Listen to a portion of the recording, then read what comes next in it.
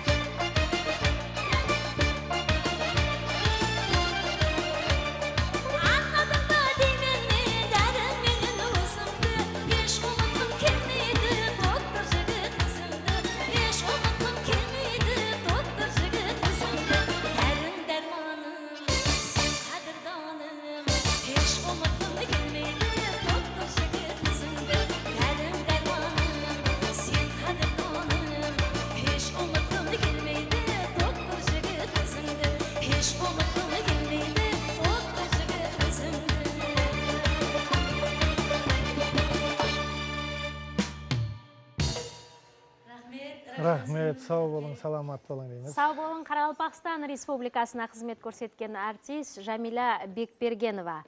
Айқұлаш милли Қарақалпақ мемлекеттік милли фольклор ансамблінің сазенделері.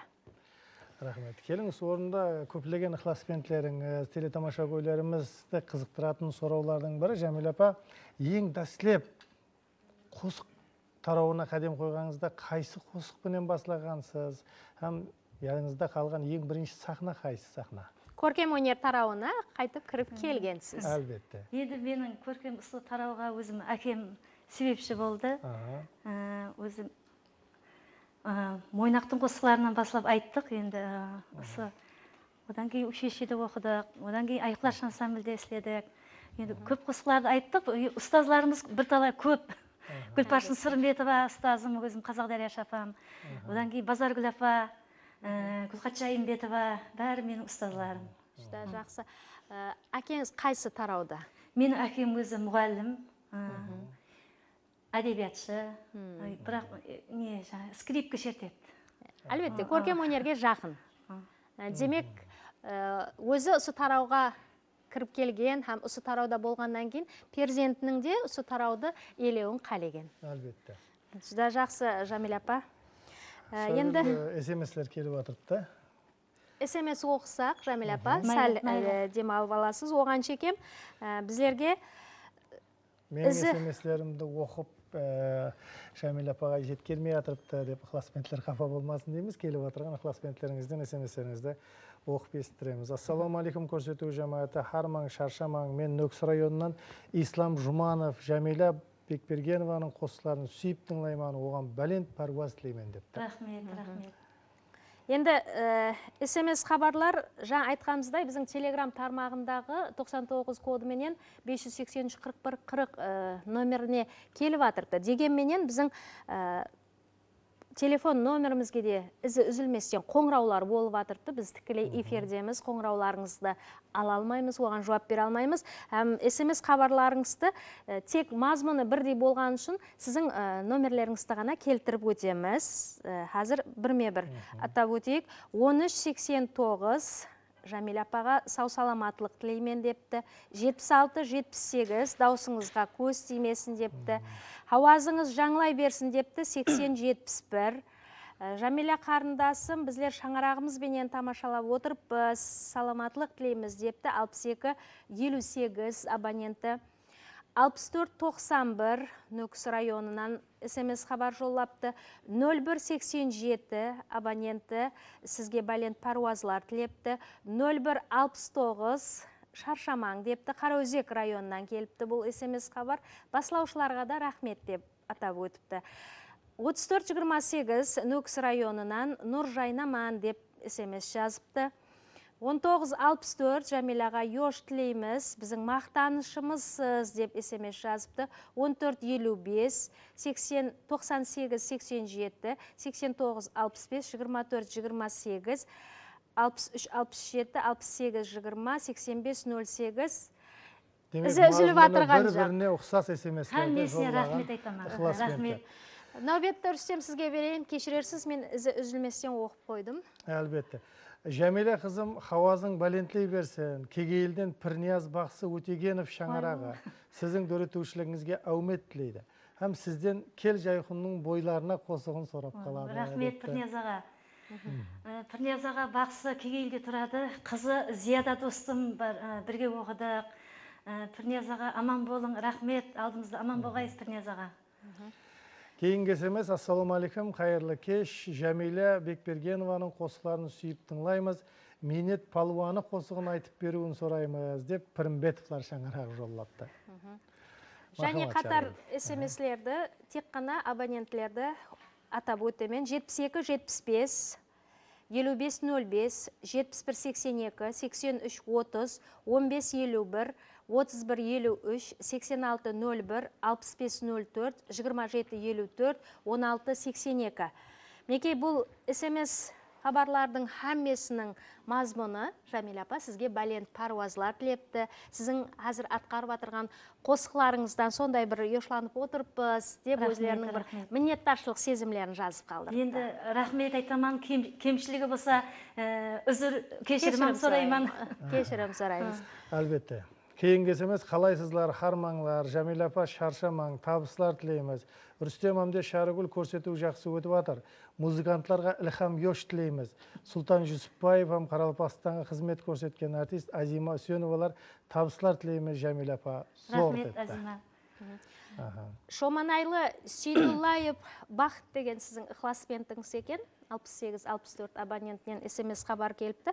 Көрсетуді асығысылық менен тамашалап барамыз. Бізге жүда ұнайды. Жамиля, хауазыңыз жаңлай берсін.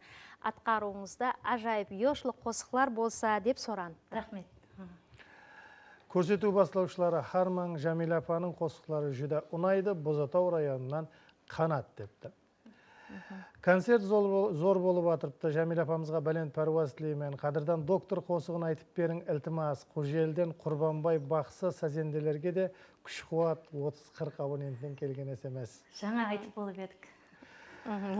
YouTube-тан каналымыздан келген SMS-лерге нәубетті берсек. Ассаламу алейкум, Қаралпақстан телеканалы. Жамиля апа сізге Аумет, Алматыдан Мунира депті. Рахмет. Саламат Камалов. Ассаламу алейкум, Жамиля апа, хауазыңыз талмасын. Қарақалпақстан телеканалына ауметлер жайхун қосығынан болсын депті, алдынан рахмет айтыпты. Жаңабай Жимұратов, ассаламу алейкум, Қарақалпақстан телеканалы. Жамиля апа, хауазыңыз талмасын, Атырау қаласынан Жаңабай депті. Амина Қошаева деген ықласментіңіз SMS хабар жоллапты. Жамиля апа, хауазыңыз талмасын депті. Рүстем Елмұратов деген ықласментіңіз жоллапты. Ассаламу алейкум, Жамиля апа, хауазыңыз жаңлай берсін. Біз сіздің қосықларыңызды қалдырмай тыңлап бараман. Хүрметпенен Қарақалпақстанға сәлем Алматыдан деп жоллапты. Рахмет. Қандай ажайып, Жамиля апа, ұсыншама ықласпентлеріңіз бар, сізді қоллап қуатлап атыртты. Бұл сізге және де ілхам еш береді. Осындай бір ілхам ешлар қанатында ажайып бір қосыққа нәубетті берсек. Әлбетте, Қоңыслас республикада мінеке SMS-лер жазып атыртты ықласпентлеріңіз. Мархамат, қандай қосықтың айыңыз? Қарақалпақ халық қосығы Қожабағынан деген наманы қосықты айтып берейін. Мархамат.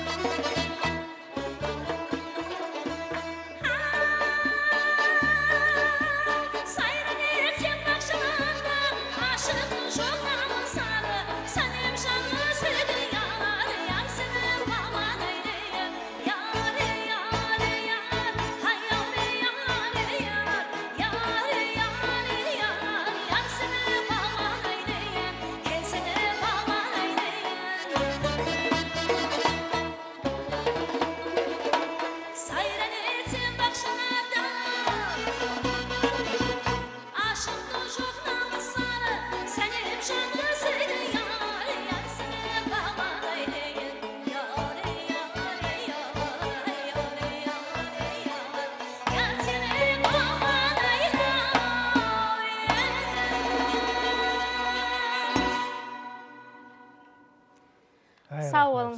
Сау болың. Жақсы болды. Жүда ажайып. Әлбетте біздің ықыласменділеріміздің кеулерінен жай алған табиғи. Және қосық атқарамыз.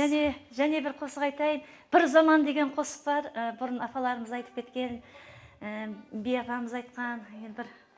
Айтайын, енді айтып көрейін. Алдынан кешірімді сұраймын апаларымнан. Бұз болған болсам. Мархамат. Бір заман. Мархамат.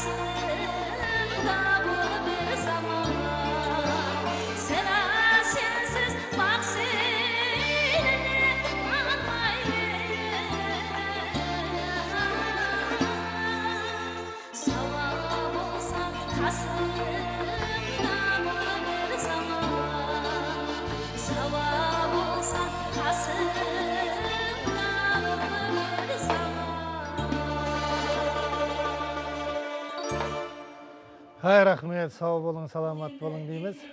Бұрынғы қосылардан. Жүда жақсы, жүда ажайып. Әлбетте, ұстазлар көріп, бір кеуілер толған болса табиғи. Әлбетте, ұстазлар, смс-лер жоллап атырыпты. Мархамат, мархамат. Жәмилаға беккем ден саулық, еш тілеймен. Айдылларды айтып берсе екен деп, Адилова Үміт ұстаз депті, 28-ші мектеп депті.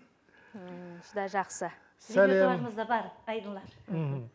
Сәлем, кеш жарық. Жәмиланың дауысы, қосықлары ұнап атыр. Ұсындай көрсетулер көбейе берсен. Шоманайдан Сарманбайкүл апыжыдан Гүлсара һәм 82 жаслы анам Зивар Атажанова. Осы көрсету басланса ұйқыны қояды, ақырына шегем көреді деген SMS хабарын жоллапты. Аналарымыз аман болсын. Рахмет. Сау болсын. Рахмет, Сау болсын. аман болғайсызлар. Сіздер үшін Жәмила апа Барқұлла шаршамастан қосқылар атқарады. Енді және де SMS хабарларды давам еттірейік. 06 70 59 46 65 04 33 61 33 88 80 84 04 72 37 15 27 73 91 33 70 60 37 07 61 58 құласы ізі үзілмейді. Неке бұлардың әммесінің мазмұны бір, яғни концерт жүда зор болып атырыпты. Жәмила апаға бекем денсаулық тілейміз, қосықлары ұнап атырыпты деп сұраныпты, һәм бір шоқ қосықларынан болса депті. Сондай-ақ сізге ауылласыларыңыз Қазақ-Дариядан SMS хабарлар оғада көп ауылласымыз, һәм біздің ауылдың қызы деп бір мақтаныш етіп атырыпты. Рахмет. Кейінгі смстер, ассаламу алейкум, Қарақалпақстан телевидение жамааты, һәмде Жәмила апа, сізге аумет тілеймен. Осындай карантинді біз ықыласпентлеріңіздің жаллы хауазда қосықлар менен кеуілімізді көтеріп атырсыз. Рахмет сізге, жұмыстарыңызда табысылар. Кегейлден Шерзат 1154 абоненті жоллапты. Құрметлі Жәмила қызым, хауазың ешқашан Барқұлла жаңлай берсін, сізге ауметтілеп қалушы Қанлыкөл районы Жаңақала апы жиыннан Қожабай Әлімбаев деген ағаңыз SMS хабар жоллапты. Қайырлы кеш, апамызға тілегіміз хауазыңыз жаңлай берсін деп қаламыз. Шаңырақ ағзаларымыз бенен кеуілі отырып тамашалап естіп отырмыз. Жәмила апа йошлы қосықлардан болсын деп Қожелден Жантемір Перхан Досымбетовлар шаңырағы жоллапты. Рахмет. Жәмила, сізге көп. сау саламатлық тілейміз. Бозатаудан Арзайым SMS хабар жоллапты. Арал қосығын сұраныпты. Арзайыммен бірге оқыдық біздер. Қазір Бозатауда тұрады. Рахмет, Арзайым достым. Аман болғайыз, семьяңызға амандық тілеймін. Жәмила апаға бәлент паруаз тілейміз, мойнақшылардың атынан қос назар депті. Нөкіс районынан Қарлыбай атлы сіздің ықласпентіңіз, Саят атлы ықласпентіңіз SMS хабар жоллапты. Сізге бәлент паруазлар тілепті. Апамыздың дауысы жақсы екен деген екен 0676 абоненті. Қысқа етіп SMS жоллапты. Рахмет, қуанып тұрпан әзір. Жүда Сонша ықласпентлерім бар екеніне. Жүда алыстағы ықласпентлеріміз Меке Жасылық поселкасының тұрғыныман депті. Сізге көп рахмет, хауазыңыз жаңлай берсін, Жәмила апа депті. Жақсы концерт болып атыр. Рахмет сіздерге. Қоңыраттан Құбыла Үстірттен сәлем жоллаушы Бисенова Бақыт депті. Рахмет. Сіңлім Жәмила, қосықларыңызды сүйіп тыңлап атырпыз. Досназаровтан Айдана. YouTube каналымыздан Қоңыстас республикалардан ықласпенттеріңізден келіп атырыпты. Айтбай Айтмұратов, Шоманай Салаем, Екатеринбургтан депті. Рахмет. Концерт көтеріңкі кайфиятта өтіп атырыпты. Жәмила сіңлім даусыңа көз тимесін. Сазенделерге аумет тілеймен деп Қарақалпақстанға қызмет көрсеткен артист Зияда Душумова жоллапты. Зияда апа, рахмет. Зияда апамызға Көп рахмет, аман болың, Зияда апа.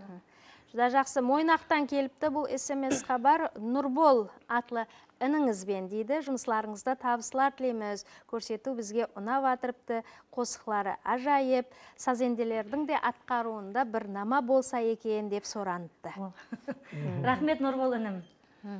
Исламбек Қалбаев, ассаламу алейкум, Алматыдан сәлем, Ілхам Балаңыстан депті. Бақтияр Кенжаев, Ақтаудан сәлем депті. Қыласпентлеріңіз. Және де YouTube каналымыздан келген эсемеслер Руслан Оразбаев, ассалауму алейкум, сассаубет көрсетуі баслаушылары. Жәмила ажапамыздың концерті зор өтіп жатыр. Шаңарағымыз бенен тамаша етіп жатырмыз. Һәм сағынаман атлы қосығын сорап қаламыз. Хамид Ақтөбеден сәлем депті. Рахмет, рахмет. Гүлсара атлы сіздің ықласпентіңіз 5805 абоненті Жәмила апаның кел жайқынның бойларына қосығын атқарып беруіңізді сұраныпты. Рахмет сізге, Гүлсара. Рахмет. Біз әлбетте сіздердің пікір һәм тілек өтінішілеріңізді инабатқа аламыз. Егерде біздің бүгін бағдарламамызда бар болса, телетамаша көйлеріміз назеріне ұсынамыз. Болады. Қазір біздердің таярланған қосығымыз бар. Боларем деген қосығымыз бар. Марат Құрбанбаев музыкасына. Жүда жақсы. Улман Каримулаева сөзіне Боларем. Осы енді Базаргүл апамыз айтқан. Базаргүл апа, мүмкін болса қосығымызды айтып берейін. Жүда жақсы. Мархамат, біргелік тыңлайық. Мархамат.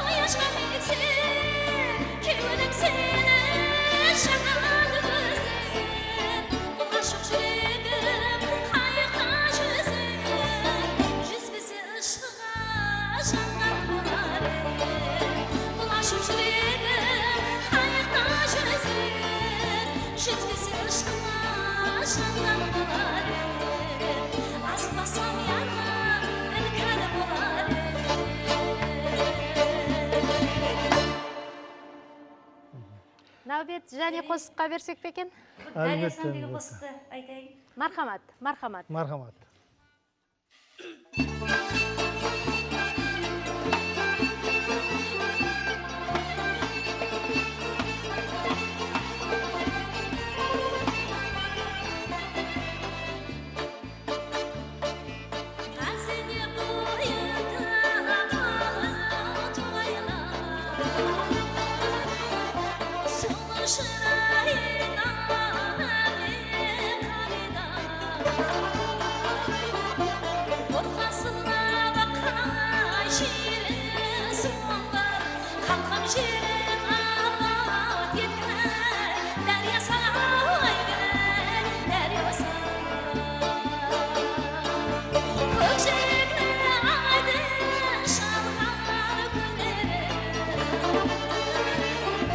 Şam'ga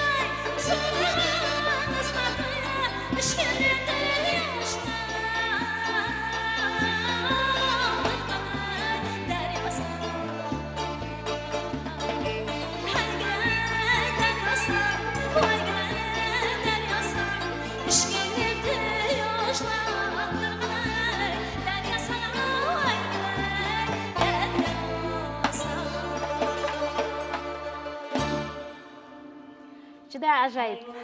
Жүдә ажайып. Жүдә жақсы болып атырыпты. Сіз өзіңізді еркін сезгеннен кейін, әлбетте, сіз сахнада да, қосықлар да сондай бір ажайып шығып атырыпты. Әлбетте. Енді SMS хабарларды оқимыз, мархамат. Ассаламу алейкум, Жәмила апа, концерт жүдә ажайып өтіп атыр. Хауазыңызға көз тимесін. Еледе биік паруазларға көтерілуіңізге тілектеспіз деп, Мойнақтан Нажимовлар шаңараға. Ілтимас, маканым Мойнақ қосығын айтып берің. Алдынан рахмет, Қаржаубаев дейді. Мына SMS-те Мойнақтан келіпті. Мойнақ қосығын айтып берің. Мұратбай Жамалов, 15-36 абоненті. 32-44 абоненті Жәмилаға табысылар тілейміз. Гүржекші ағамызға айрықша салем һәм бәлент паруазлар тілепті сізге де. Рахмет. Әлбетте көплеп біздің ықласпентлеріміз, яғни телетамаша көйлеріміз, сазенделерімізден де бір нама болуын соранып атырыпты. Біз набатқа алып, алданғы номерлерімізде телетамаша көйлерімізге саз шертіп береді деп ойлаймыз, сазенделеріміз. Енді SMS хабарларды оқиық, азғантай, сондан кейін.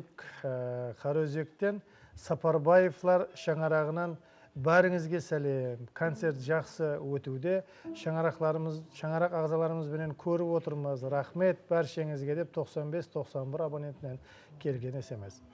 Болмаса болмас деген қосығын сораныпты. 27-73 абоненті.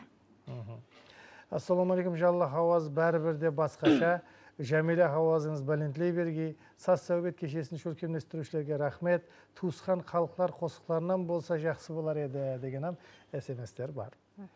83-30 абонентті SMS хабар жоллапты. Рахмет, жүда зор болып атырыпты.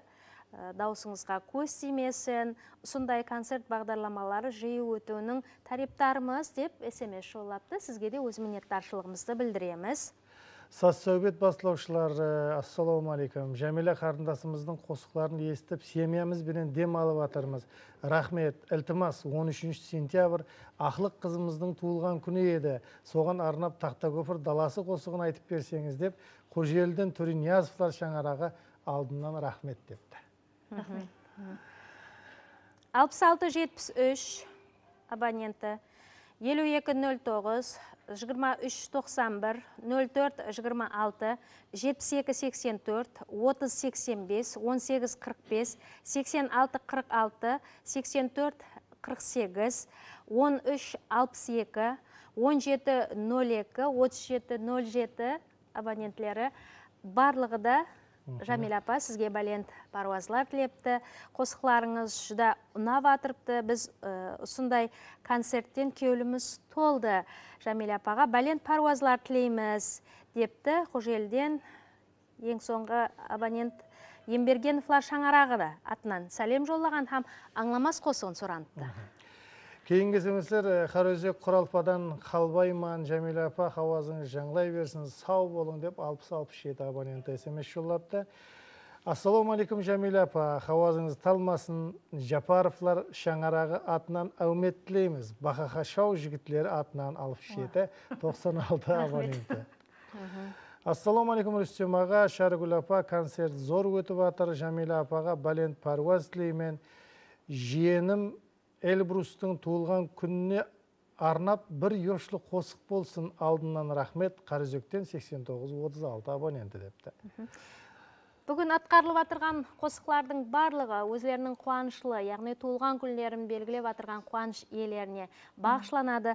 Бұл біздерден сіздерге сауға сәлемлеріміз. Жәмила апа, нәубетті және де қосыққа берсек қалай болады? Мархамат. Бір қазақша қосық таярлап едік, мына сазенделермен. Демек, халықлар достығынан, Мархамат.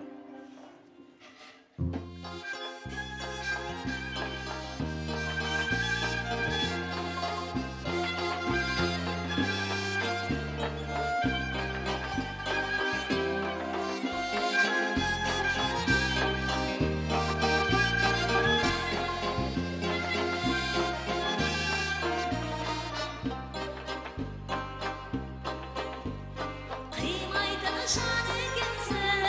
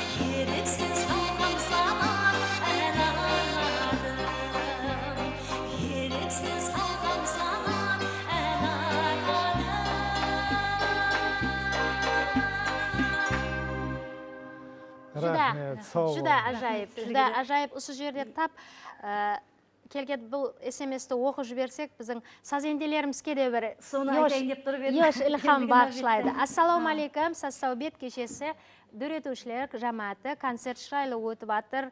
Жәмилаға хауазыңыз жаңлай берсін дейміз. Айқұлаш ансамблі сазенделеріне гап жоқ, шаршамаңлар. Сазенделерден бір нама күтіп қаламыз. Алдынан рахмет депті 95-15 абонент. Рахмет. Ендігі нәубет сазенделерімізге. Сазенделерге нәубет беріп алайық па, яки болмаса азмаз SMS оқиық па? Не дейді сазенделеріміз? SMS оқимыз. SMS оқиық, ондан кейін сазенделерімізден бір нама тыңлаймыз. Ассаламу алейкум, қосықларыңыз маған ұнайды, мен тақта көпірлімен, сен мені ядыңа алғайсаң, ярым қосығын айтып берсеңіз, 37-22 абоненттен келген. Ассаламу алейкум әмбеге, қайырлы кеш, Шоманайдан жаллы сәлем. Шоқ-шоқ қосық болсын деп, Кәрімулла алдын ала рахмет 0593 абоненті. Ассаламу алейкум, бәршеге Жәмилә хауазың шаршамасын сіңлім. Мойнақтан ажафаң Замира Бекбергеноваман деп. Рахмет, менің туысқан үлкен афам. Рахмет, Замира. Аман болғайыз алдымызда, жасыл көріміз. 40-75 абоненті күніменен қоңырау етіп атыртты. Қазір енді SMS жазыпты. Жәмилә апа, гәп жоқ, ең жақсы тілеклер сізге, Қаразөклі Азат Алиев деген ықласпентіңіз екен. Рахмет, рахмет. Шымбайдан жалынлы сәлем, дауысыңыз зор, Камилжан 72-75 абоненті. Шыршықтан Мауты сізге SMS хабар жолапты. Жәмилә хауазыңыз жаңлай берсін депті. Рахмет, рахмет. Ассаламу алейкум, Сассаубет кешесі дөретуші жамааты концерт шырайлы өтіп атыр. Әсіресе Айқұлаш ансамблі сазенделеріне гәп жоқ, шаршамаңлар, сазенделерден бір нама күтіп қаламыз. Алдынан рахмет 95-15 абоненті жолапты. Және жолапты, және бір мәртебе біз әлбетте набатқа аламыз.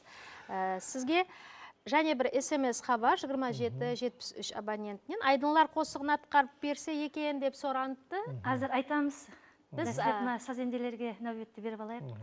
Мақұл. Онда Ассаламу алейкум. Қарақалпақстан телеканалы концерт жақсы болып атырыпты. Жәмила апаға балент паруаз тілеймен басылаушыларға шаршамаң деп қаламыз. Кегейлден Аймыхан Индира 68-53 абоненті. Жүда жақсы. Ассаламу алейкум Жәмила апа, хауазыңыз талмасын, балент паруаз тілейміз депті. Бозатау районынан Қуатбай, Шымбайдан Талғат Бекбергенов, Алматадан Гүлбану Мамутова, Аманғали Кушпановлар сізге сәлем жоллапты. SMS хабар жоллап атырған барлық ықласменділерімізге, телетамаша көйлерімізге өз нәубетінде мінеттаршылығымызды білдіреміз. Әлбетте сіздердің тілек өтінішілеріңізді набатқа аламыз. Сіз сұранған қосықларды атқарып беруге әрекет етеміз. Солай емес пе, Жәмила апа? Әлбетте көп салы ықласменділеріміз сазенділерден бір саз шертуін өтініш етіп атырыпты күніменен. Келің, мархамат. Сазенділерге нәубетті берсек. Мархамат.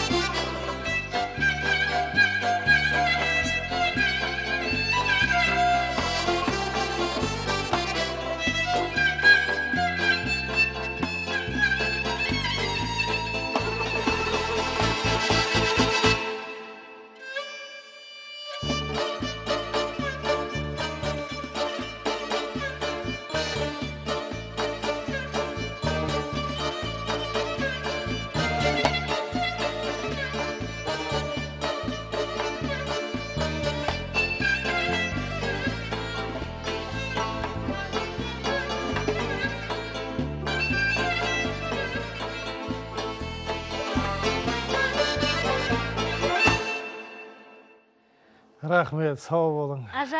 Ажайып, сондай ажайып саздан кейін біз нәубетті социалық роликке береміз, яғни студияда Танепіз Қарақалпақстан телеканалында социалық ролик.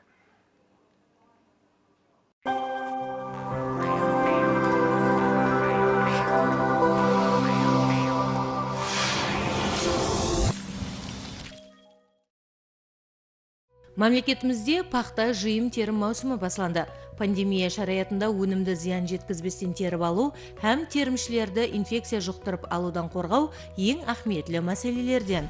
Өзбекстан Республикасы Министрлер Кабинетінің 2020 жыл пақта зұраатын жинап теріп алу жұмысларын шөлкемелескенлікпенен өткеру үләжлары хақындағы қарарына муапық, Қарақалпақстан Республикасының Қанлыкөл, Қараөзек, Кегейлі, Қоңырат, Тақтакөпір, Қожелі, Шоманай, Шымбай һәм Нөк Нөкіс районларында қолда терілген әр 1 килограмм пақта шикізаты үшін ұсыныс етілген тариф ставкасына мемлекеттік бюджеттің қосымша қаржылары есебінен 200 сомнан үстеме хақы төленеді. Сондай-ақ қарар тикарында Қарақалпақстан Республикасы министрлер кеңесі, қала һәм район хакімліклері, білімлендіру, денсаулықты сақлау һәм басқа бюджет өлкемлерінің қызметкерлерін және білімлендіру мекемелерінің оқушыларын һәм студентлерін пақта шикізаты жиым теріміне шығару жағдайларының алдын алу һәм бұған шек қою бойынша жауапкер екенлігі белгілеп қойылды.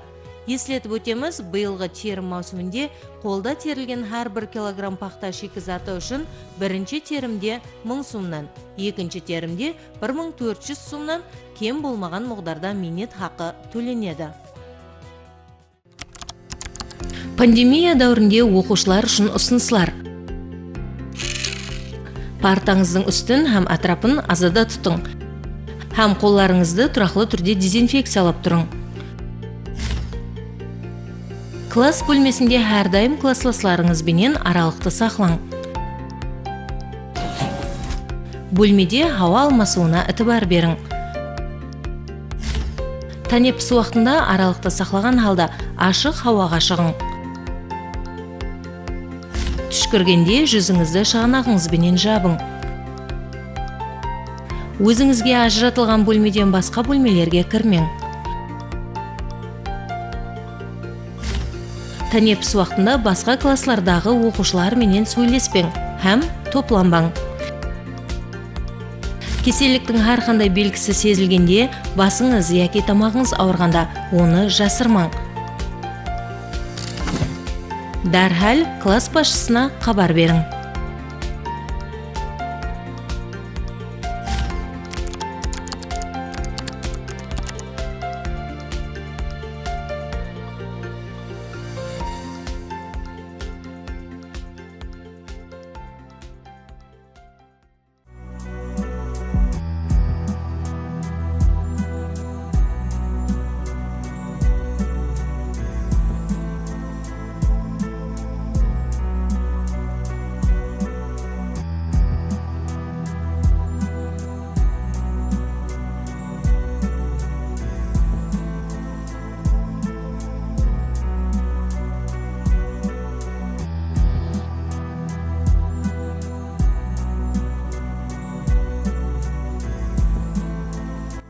Құрметлі xaridor, чегіңізді алмайсыз ба?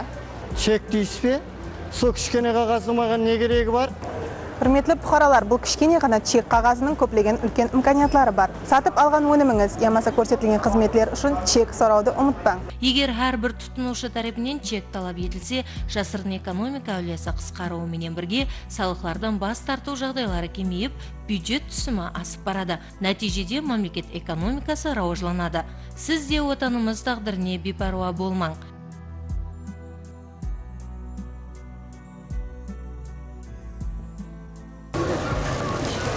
Расында да я, қой, мен де барып чегімді алайын. Егер чек беруден бас тарту жағдайларына дұс келсеңіз, Қарақалпақстан Республикасы мемлекеттік салық басқармасының 61 кодыменен 222-0033 сенім телефоны арқылы мүражат етің. Сондай-ақ салық мобиль қосымшасының Салық Хамкор бағдарламасы арқылы да хабарлауыңызға болады. Еслетіп өтеміз, сплермелік субъекті тарапынан тұтынушыларға онлайн қадағалау касса машинасы арқылы чек беруден бас тартушылық жағдай анықталса, салық кодексіне муафық 5 миллионға шекем жарима салынуына себеп болуы мүмкін. Қарақалпақстан Республикасы мемлекеттік салық басқармасы.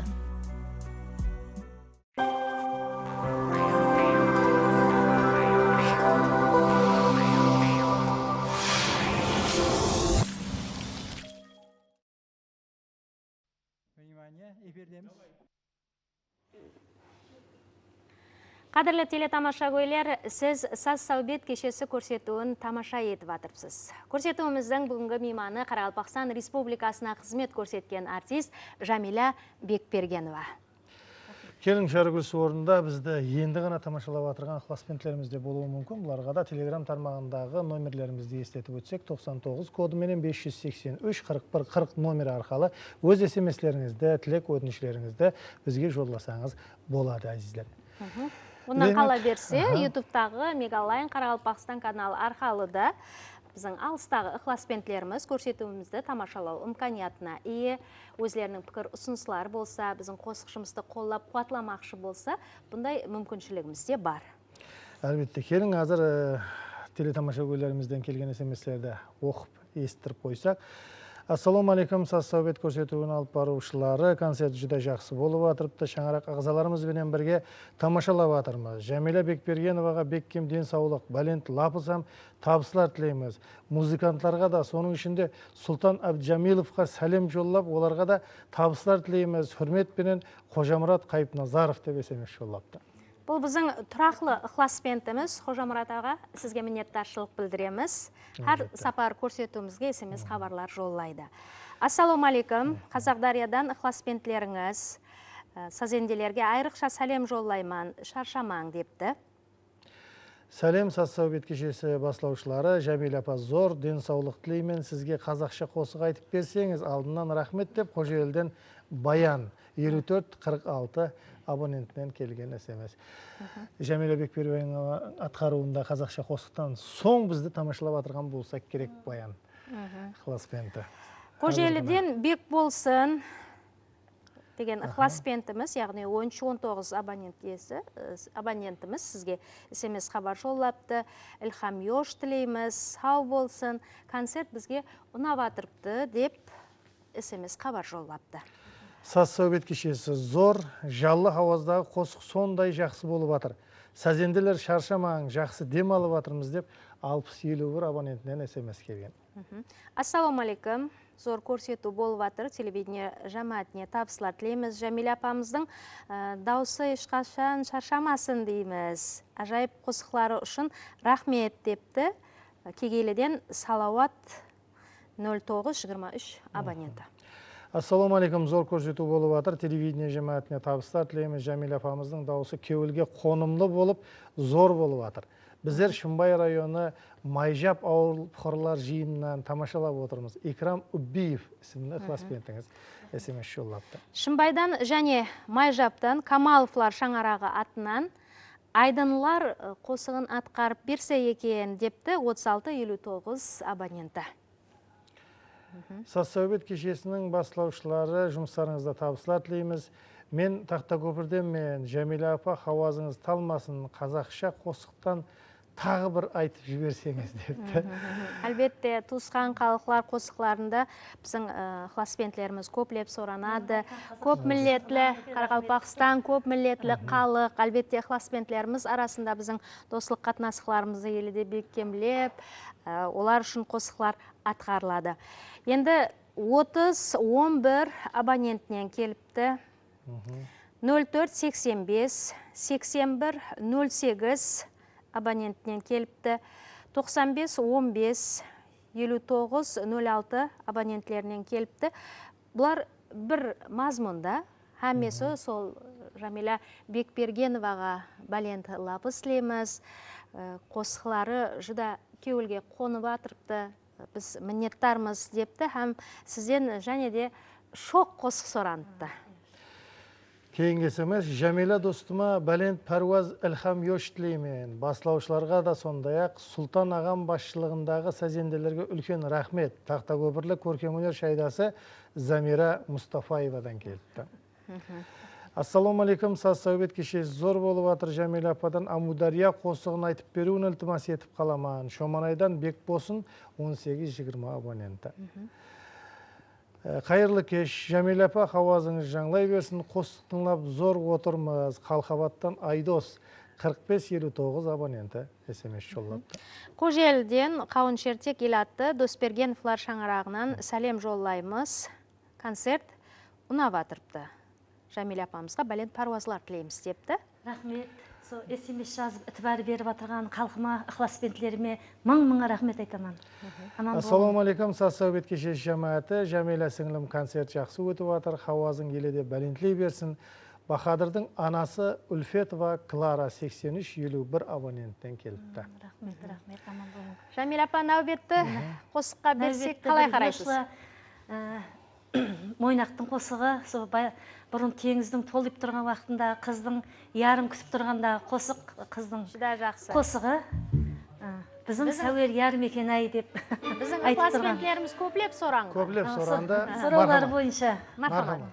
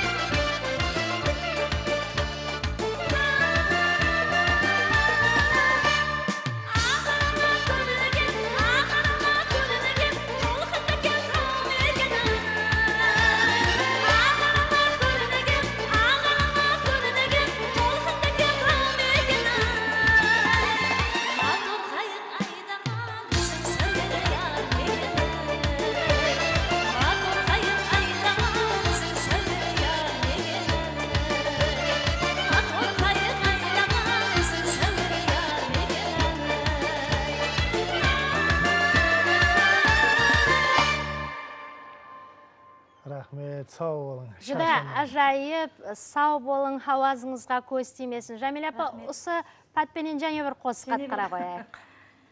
Және бір өзбекше намада таярлап кебедік. Мархамат.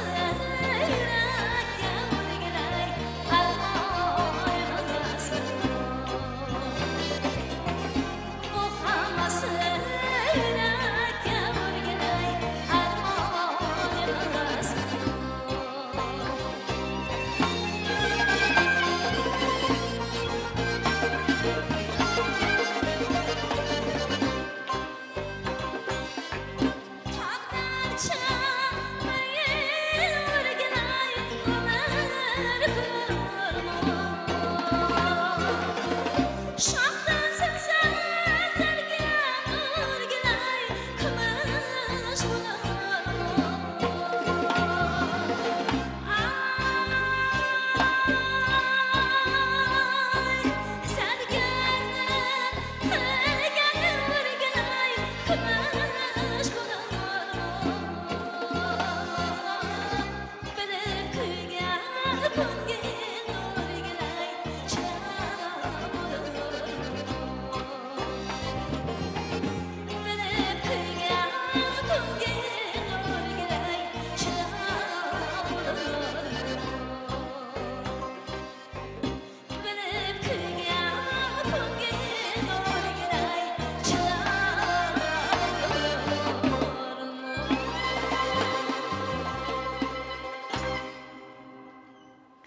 Сау болың, хауазыңыз жаңлай берсін. Шаршамаң.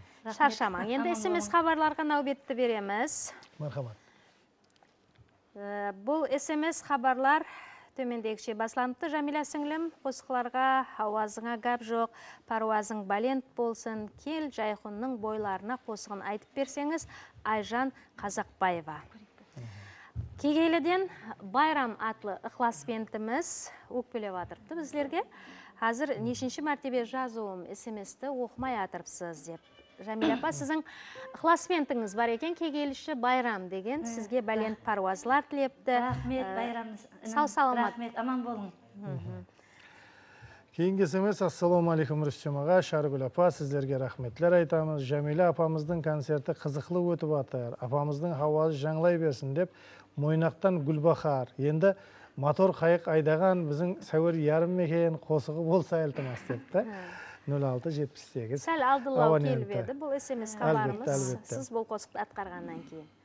Қожеліден Амангүл атлы біздің ықласпентіміз SMS хабар жоллапты. Жамиля, даусыңыз бәлент паруаз тілеміз даусыңызға. Жүда әжайып қосықларыңыз. Біз шаңарағымызбенен кеуілі тамаша етіп атырмыз. Сау саламат болың депті. Мойнақ районы 2-ші салы мектептен Жамиля апаға беккем денсаулық жұмыстарда табыс тілеп қалушы сіңліңіз Гүлмира Низамаддинова деген ықласпентіңізден келді. Мектепте мен өзімнің оқыған мектебім. Рахмет, аман болың. Демек, Саз сәубет кешесі жамааты Жамиля апа хауазыңызға көз тимесін. Қосықларың жүда ұнап атыр. Шомынай районынан Тағабаев Тимур дейді, 3201 абоненттен келіпті. Ассаламу алейкум, Сассаубет кешесінің басылаушылары. Көрсетуіңіз мейманы Жамиля Бекбергенова ажапамыздың қосықларын сүйіп тыңлап атырмыз. Әсіресе анам әмме қосықларын жақсы көреді. Хауазы жаңлай берсін. Нөкістен Байрам атлы ықласпентіңіз. Рахмет. Ассаламу алейкум, рахмет басылаушылар. Қосықшыға рахмет, бәлент паруаз тілейміз. Айдылылар қосығын атқарып беруіңізді соранаман. Қарақалпақстан поселкасы Мұхаммед Али 0463 абонентінен келген SMS. Қысқа хабар жоллапты. Нөкістен Аспантайға сәлем депті. Ажайып қосықлардан болса екен деп сұранытты. Ассаламу алейкум баршеге. Қожелден Есназаров Азамат Қарақалпақстан телеканалының қызметкерлерінің жұмысларына әуметтілер тілеймен. Және де Жамиля апа даусыңыз талмасын. Құба-құс қосығын айтып берсеңіз 30-28 абоненті. Естігі қаған мен алдың айтқан қосығымды. Әлбетті. Семьямызбенен тамаша етіп атырмыз. Рахмет сізге. Кеуілі концерт бағдарламаңыз үшін Мойнақтан сәлем. Анасы Паршагүл сәлем жоллайды. Ден саулық тілейді. Өшпес дауыс тілеп қалады. Қарақалпақстан телеканалына да рахмет, ұсындай концертті көркемдестірген үшін депті 0875 абоненті. Менің анам бар 82-ке шыққан. Қандай ажайып. Паршагүл деген менің анам, менің туған анам. Алдымызда аман боғай. Анаңыз сау болсын. 82-ке шығып отырыпты. Аман боғай. Әлбетте солардың бір партияларының сондай дәрежеге жетісуіңізде солардың да бір өзгеше тәсірі бар. Әлбетті. Енді бір шаңарақта тартыс болып атырған, екеуі бірден әкем болмаса болмас қосығын сұрап атырды, анам айдынлар қосығын сұрап атырды дейді. Айдынлар қосығы бола қойсын. Ахмет атлы сіздің ықласпентіңіз екен. Демек, кең су орында айдылар болса, айдылар дейістейік, Шарып? Айдыларды естейік пе? Мархамат. Көп саллы ықласпентлер сұрады, көп сұрап атыр.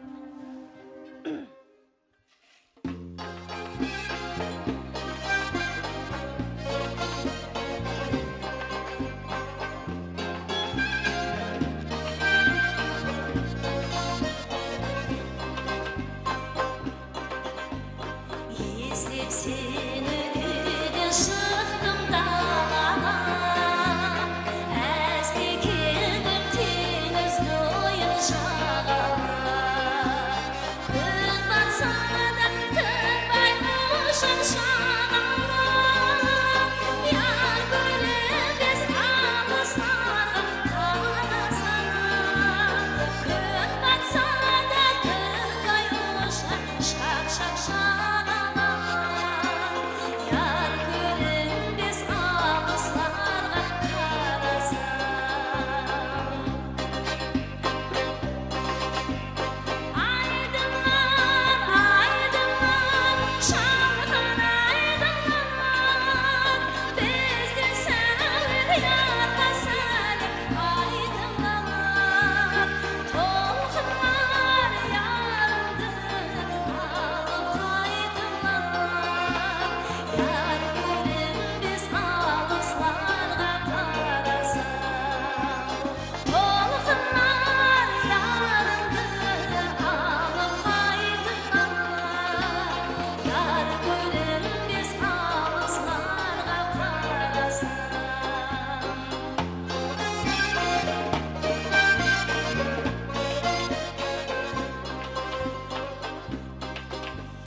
жарқыраған ай көрінді от төртте нұрын шашып айтыларға сергітер жолдарыңда сәуір яғы тұр күткен бәлкім сен де мені еске аларсың жолдарыңда сәуір яғы тұр күткен бәлкім сен де мені еске аларсың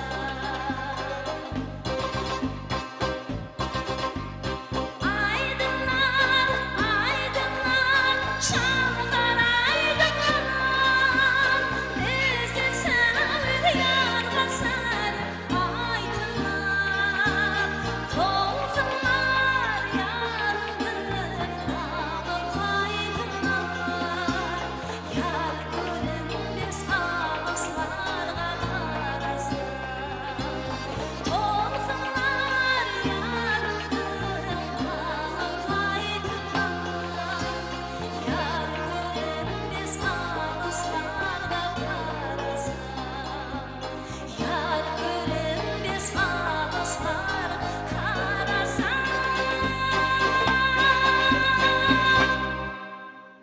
Рахмет, сау бол.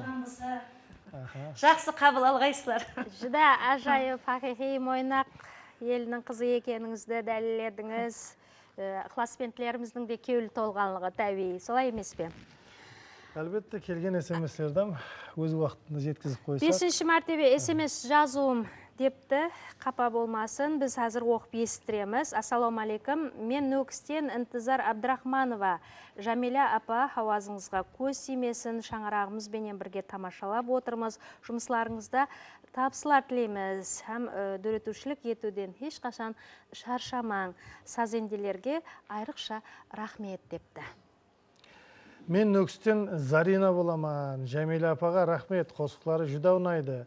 Ұзақ өмір беккем денсаулық, жұмыстарыңызда табыстар тілеп қалушы 60-64 абоненті депті. Ассаламу алейкум, телевидение жамаатіне шаршамаң. Жамиля апа шаршамаң, хауазыңызға гап жоқ. Сазенделер шаршамаң. Жамиля апа жете алмайсаң, қал жігіт қосығын айтсаңыз деп Нөкістен Рая һәм Айзада 35-13 абоненттен келіпті. Жамиля апа жанлы хауазда атқарып атырған қосықларыңызды шаңырағымызбенен тыңлап, кеуліміз көтеріліп атырыпты депті. Мойнақтан Насиба Қамарова деген ықыласпентіңіз. рахмет мойнақшы сіңлім рахмет Және де SMS хабарлар. Ассаламу алейкум, Жамиля Бекбергенова. Жаллы хауаздағы қосықларыңызды естіп, жүдә кеуліміз толып атар. Кел жайхынның бойларына қосығын бір айтып берсеңіз. соғысты айтып берейін әзір Ықыласпенттеріңіз Қуаныш Камалов һәм Жанар Таженова сізге алдынан рахмет 33-76 абоненті. Көплеген ықыласпенттер сұрады. Кел жайхынның бойларына қосығын айтайын. Музыкасын үлкен ұстаз атамыз Нәжімәдін Мұхаммединов жазған, сөзін Толбай Қабулов, кел жайхынның бойларына. Жүдә жақсы, мархамат тыңлаймыз.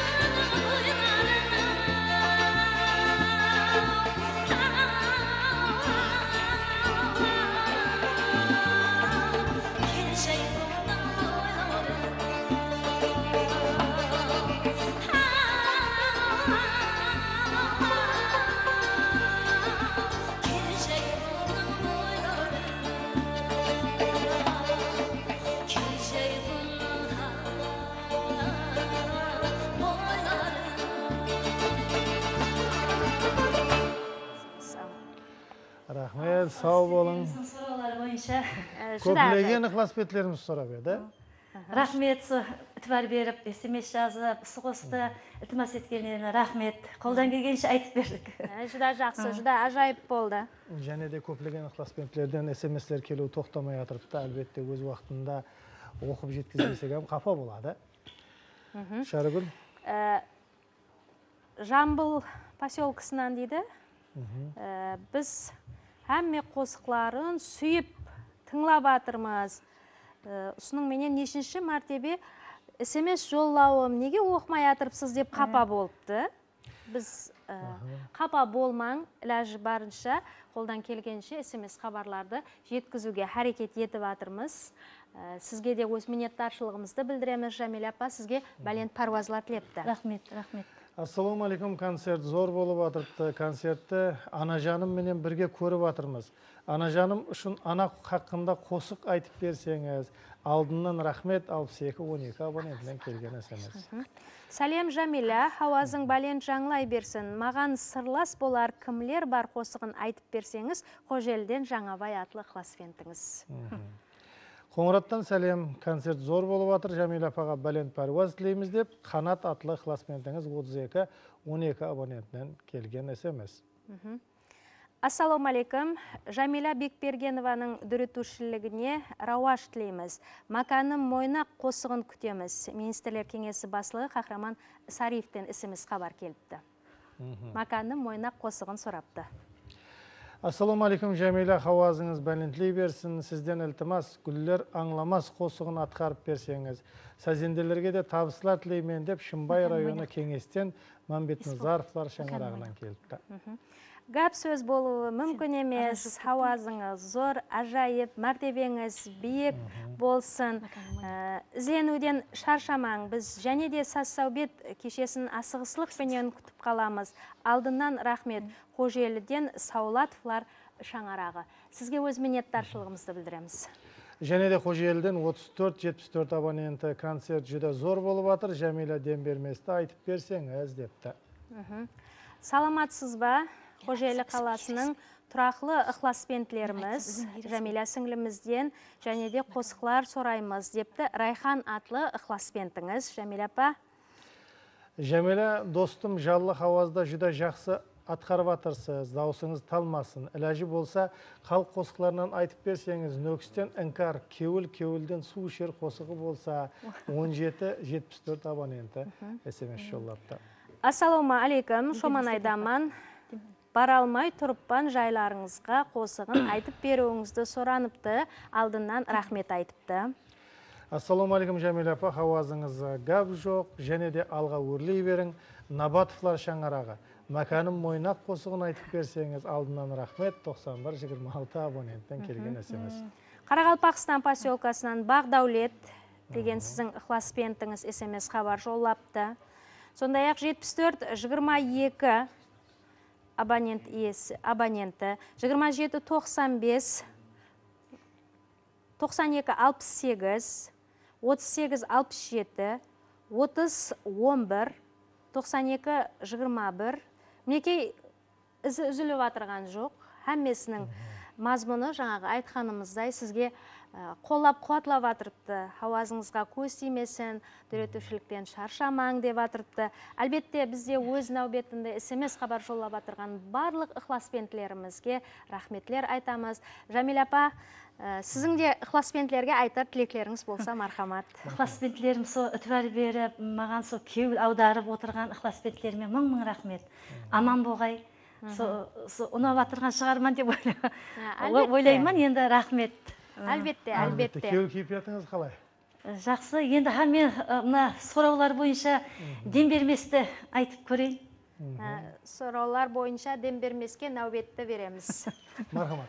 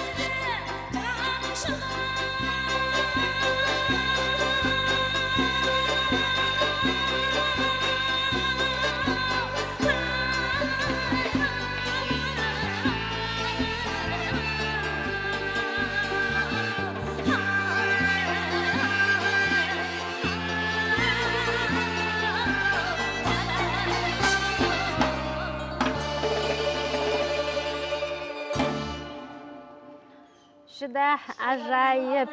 Сұраймыз енді. Juda ajoyib. Sizge o'z minnatdorchiligimizni bildiramіз. Sağ salomat bo'ling, Jamila apа. Әлбетте шаршамаң дейміз. Хауазыңыз Енді талмасын. сазенделерге де бір нама ілтимас етсек бола ма? Әлбетте, көпшілік соранып атырыпты сазенделерден, және бір нама болса деп. Енді сазенделерге нәубетті береміз. Мархамат, сазенделеріміздің атқаруында бір ажайып саз тыңлаймыз.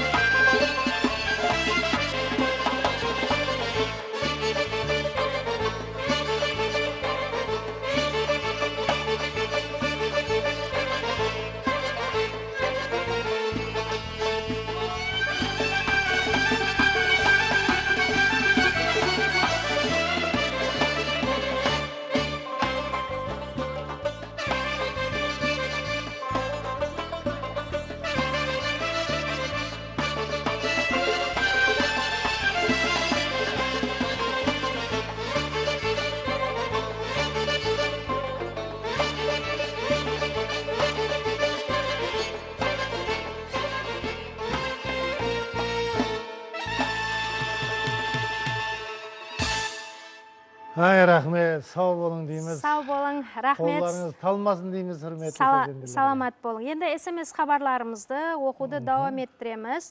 Ассаламу алейкум, шаршамаңлар, концерт жақсы болып атыр. Jamila апа, шаршамасын, хауазы жаңлай берсін. Егерде репертуарында ана хақында қосығынан болса, атқарып берсе екен деп сұраныпты. Ассаламу алейкум телебаслаушылары, Jamila апа рахмет, жаллы хауазға бүгін Жорам Раваждың туылған күніне ешлі бір қосық айтуыңызды соранаман деп Руслан 87-31 абоненттен келген. SMS екен, бүгінгі бәрше туылған күн иелеріне шын жүрегімізден құттықтай отырып, бүгінгі қосықтардың бәрі сіздер үшін дейміз, әзіздер.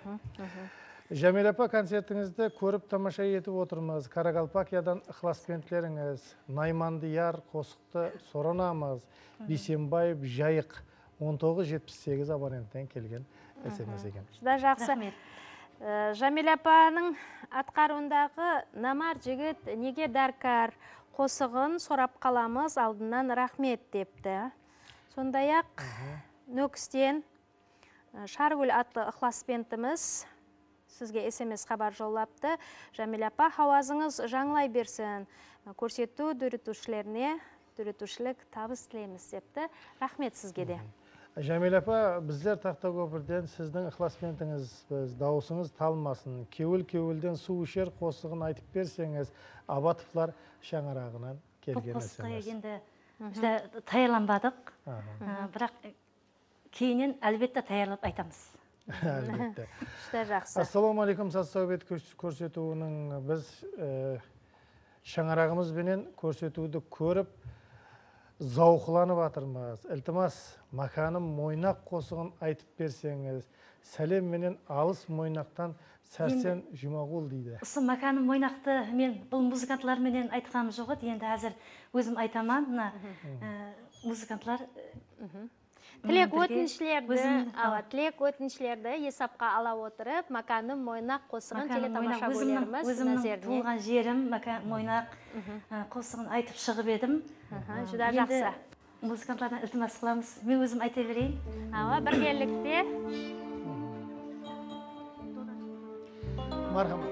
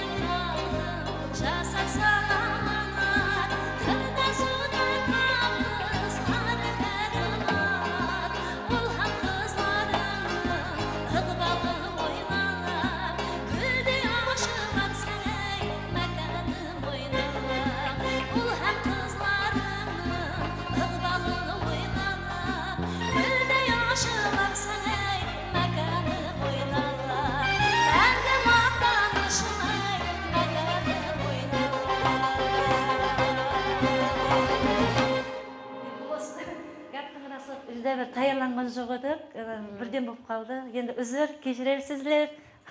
Ажайып шықты. Бірден айтылды енді. Жақсы шықты, ықыласпентлеріңіз кеуілдер толып қалды, менімше. Әлбетте, жүда жақсы, кеуілге қонымлы қосық. Сізге және бір мәселе мінеттаршылығымызды білдіреміз. Және де SMS-тер кеуілі тоқтамай атырыпты. Мархамат, оқимыз. Мархамат. Нөкіс қаласынан Алланияз Қахарман, Макам қорлар жиыны тұрғаны, Досназарова Патпа, апаң кеуілге қонымлы қосықларынан соранамыз, хауазыңыз жаңлай берсін, телевидение жамаатіне де күш қуат берсін, 51-90 абоненті депті. Сізге де күш қуат тілейміз, апа, сау саламат болың. Ассалаумалейкум, Жәмил апа, хауазыңызға көз тимесін, ілтімас ана хақында бір қосық айтып бергеніңізде деп сораныпты. Шымбайдан Ерназаров Қуаныш атлы сіздің ықыласпентіңіз. Ботакөз Шариғатова Жәмила апа сізден ілтимас дем берместі айтып берсеңіз деліпті. Ассаламу алейкум Жәмила апа, қосықларыңызды жақсы көріп тыңлаймыз. Шоманайдан Москва бөлімінен Сәкен депті. Шоманайдың көз залыман қосығын атқарып бергеніңізде жүдә бір мақсетке муапық болар еді деп SMS хабар жоллапты сіздің ықласпентлеріңіздің бірі. Гүлнара Оразбаева, ассаламу алейкум Жәмила ажапам, даусыңызға гүл бітсін, шаңырағыңызға аманшылық тілеймен, сәзенділерге көп-көп рахмет, басылаушыларға да рахмет, сізді қатты жақсы көремен, Мойнақтан сіңліңіз Гүлнарадан депті. Рахмет, Гүлнара сіңлім, аман болғайсыз. Рахмет, көп-көп. Салем, Жәмила апа, концертіңіз зор болып атыр, даусыңыз жаңлай берсін, Мойнақтан моделі апыжы тұрғыны. Сізге SMS хабар жоллапты. Зияда Абдхаликова дейді. Сәлем, Қарақалпақстан телеканалы. Мен Зияда апаң Алматада үйде осы передачаны тамашалап отырмыз. Ауылдың қосықларын сағындық. Күнде эфирге шығасызлар ма? Үлкен табыстар тілеймен. Жәмила сіңліме рахмет депті. Бұл ықласпендімізге де апамызға да көп-көп рахмет. Сау саламатлық тілейміз. Рахмет, көп-көп рахмет. Шадлы ауылдан Жәмилаға үлкен табыстар тілейміз, хауазы талмасын депті. Женалиевлар Шаңарақ атынан. Атыраудан көріп отырман, Бозатаудан Наурыздан сәлем, бәршеге даусыңыз көкке жете берсін депті. Бұндай мазмұндағы SMS-лер оға да көп. Қазір мен тек абонент 72-84, 01-92, 02-51, 78-23-29, 67, 58-28, 62-34, 0-28, 78-86, 59-97, 18-32, үзілмейді мінекей барлық SMS хабар жоллап атырған абонентлерімізге өз миннеттаршылықларымызды білдіреміз. Әзір көрсетуіміз үшін ажыратылған уақыттың шамаласқанлығын мінекей пультта отырған біздің режиссерларымыз ескертіп өтпекте. Соның үшінде біздің көрсетуді жұмақлайтұғын мәуітлеріміз жетіп келді. Егер де сіздің SMS хабарыңыз оқылмай қалған болса, біз әлбетте бұны біздің қатынасушымыз, қосықшымызға Қазақстан Республикасына қызмет көрсеткен артист Жәмила Бекбергеноваға жеткізіп қоямыз сіздерден келген SMS-терді, әзиз ықласпентлер. Қадірлі телетамаша көйлер, мінекей көрсетуіміз үшін ажыратылған уақыт өз жұмағына келіп жетті.